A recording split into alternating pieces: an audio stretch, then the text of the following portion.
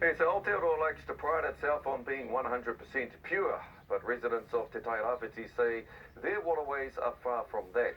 Locals believe that their waters are now becoming unswimmable and that their fish are becoming inedible. Hikurangi Jackson went to Gisborne to meet those who want to make water a major talking issue in this year's election.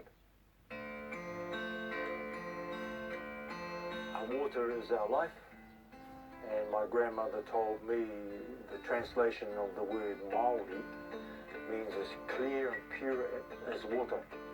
Well, that's what we haven't got here. The people of Te Tairāwhiti have been seriously worried about the quality of their rivers and ocean for years. Our river's suffering. The patiki, flounder, very scarce now. There used to be many flounder in here. I used to fish out of here, net fishing for mullet, smoke them, and now we cannot because when you cut the fish open, it's full of big round yellow cysts, growth. So we can't eat that fish anymore. Mātahi Brightwall has lived by the water for over 30 years. Him and his whānau are a part of Marae Whakamomori Club, one of our nation's best, and have seen the dramatic drop in water quality. We can't get the scum off. It's no different to what's on the high water mark on the river. Yeah, and it just stays there. Well, we've tried water blasting it, and that won't come off. Yeah. So you imagine that on your skin. We had a kid who got quite a bad infection through a small cut, and it was from the river. His infection was so bad that he had to be hospitalised for most of the summer and was unable to paddle. And if that's not serious, then I don't know what is.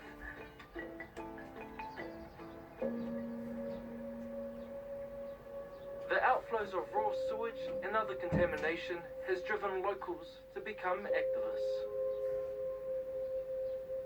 The wastewater infrastructure in Gisborne wasn't set up from the beginning. It wasn't built properly. So when there is a heavy rainfall, the valves in the rivers in the city get opened and the sewage gets pumped into the rivers where the Ture Whenua River, the Waimata, and then back out through the port into the bay, into Turanganuiakiwa. So we've had 5 instances this year. The last was on the 29th of May where sewage is being pumped out into those rivers. And where we are right now, Wainui Beach, one of the premier surfing beaches of Tairāwhiti in Gisborne, has a stream which is running into it with a sign from DOC that says can't swim here, can't swim in the stream because the quality can't be guaranteed.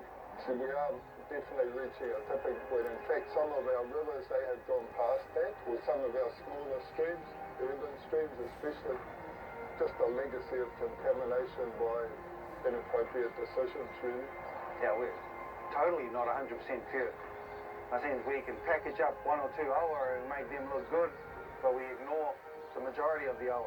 It's not about juggling economy against environment or economy against water. It's about putting water in its rightful place.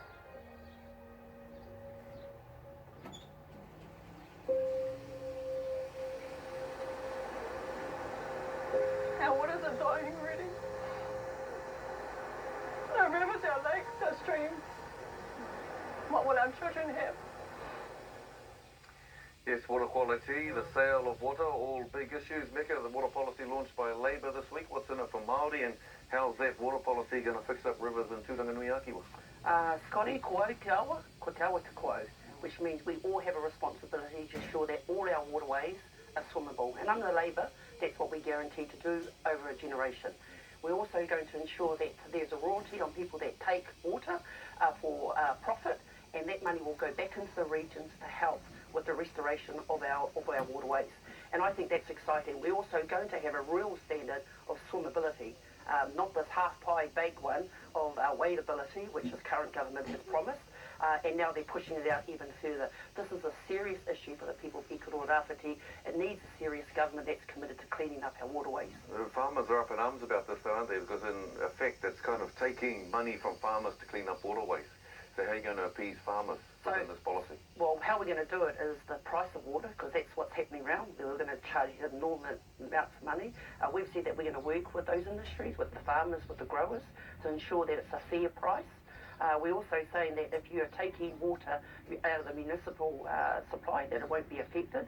So we're not talking about domestic drinking, people charging them water, but definitely those that are drawing water directly from our rivers and aquifers, like the water bottling plants, should pay their fair share, and we should use that money to tidy up and clean up our waterways. And what's the Greens policy there? Are you charging 10 cents a litre on water? Was that the Greens policy? Yes. And how's that going to work? So we see that half of that will go directly to mana whenua and half of that going to the local council, and that we would help facilitate some of those conversations that need to happen. We absolutely total core Labour's policy on this. We also add in recognising Māori's proprietary and customary rights over water, that we need to restore the mauri of our awa and our waterways. I think of all our tupuna, our tupua, who live in and move across the water. What happens when they become so dirty that the essence of them and that whakapapa that comes through that water can no longer be experienced, can no longer be heard. And of course, government solution, change the definition of clean, change the definition of swimmability. I think there's not a good levels of how much sewage should be allowed in our drinking water or what we swim in. It sounds quite close to Gareth Morgan's Opportunities Party policy on water, because they're looking at increasing Māori rights to water, and they're also looking at charging for every litre of use. Welcome to our waka, Gareth. Yes, Gareth, yes, waka, Gareth, yeah. Welcome to our waka. But the question, I mean, these are good policies and great ideas, but is it too late, Marama? Is it too late to save our rivers? No. Within our group, something now, if we have a coalition of the willing, because our policy is about charging, yes, because that's a corporate welfare, and we've been talking about that for a long time and supporting the stance of the iwi leaders. The allocation model is completely broken, and you can guarantee that if Māori had been involved in the allocation of water or even in the discussion of water for the last 60 years, our rivers would not look like that. Regional councils have given consent to local councils to discharge raw sewage into our rivers right across the Tairāwhiti.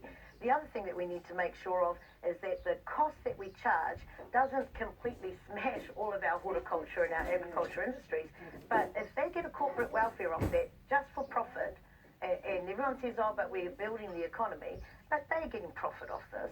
And then when they pollute our rivers, they're not charged to clean it up. We've put public purse back in to clean it up under Te Mana o Te Wai, and that there is, to me, welfare fraud or benefit fraud, when we have to pay back to clean up the rivers that these guys have polluted. But lastly, I think there's one more important point, and that is in the RMA, the recent RMA, we now have a policy that says that the mana whakahono arohe agreements between iwi and local councils, regional councils, is a must by law. And you can guarantee that when iwi get involved in the debate, when hapu get involved in the debate, that they will hold those councils and regional councils to account for what they've been doing for a very long time. Scotty, the unfortunate thing that Marama hasn't explained, that with the passing of the RMA, you're actually giving the minister the power to override local plans. That's not completely. Yes, but no, you're misrepresenting. You're misrepresenting what the bill.